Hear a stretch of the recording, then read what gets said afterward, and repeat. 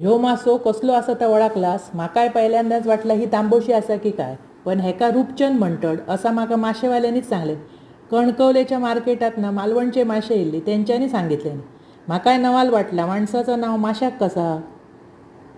मासो दिसता तांबोशी सारको, पण तांबोशी पावसात मिळता खरी चवीची. ह्यो मासो पण भाजूक एक नंबर नेहमी प्रमाणे.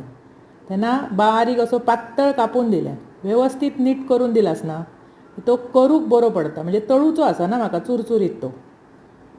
मस्त अगदी पातळ काप मारल्यान ते मी घराकडे घेऊन येले. खरबा भरपूर असतात तेका, पण चवीक एकदम भारी. स्वच्छ धुतलंय, तेका मीठ, आला लसूण पेस्ट, आगळ, हळद, लाल तिखट लावून अर्धो तास ठेवून दिलं. मीठ व्यवस्थित लागला की तळूक एकदम भारी लागतं. त्याच्यानंतर तांदळाचा पीठ आणि रवो घेतला, त्याच्यात ते घोळवले. अगोदर तवो तापत ठेवले, असे चुरचुरीत तळून घेतलं. अप्रतिम चव येता. पण ही तांबोशी नाही का रूपचंद म्हणतात. नाव पहिल्यांदाच ऐकलं. खावक एकदम भारी, चुरचुरीत तळून घे. याच्याबरोबर डाळीची आमटी एकदम भारी.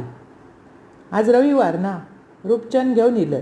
असं तुम्ही कधी आणलास तर तळा, खावा, आवडतलो तुमका. भारी लागतं. आणि आवडल्या चॅनल सबस्क्राईब कर.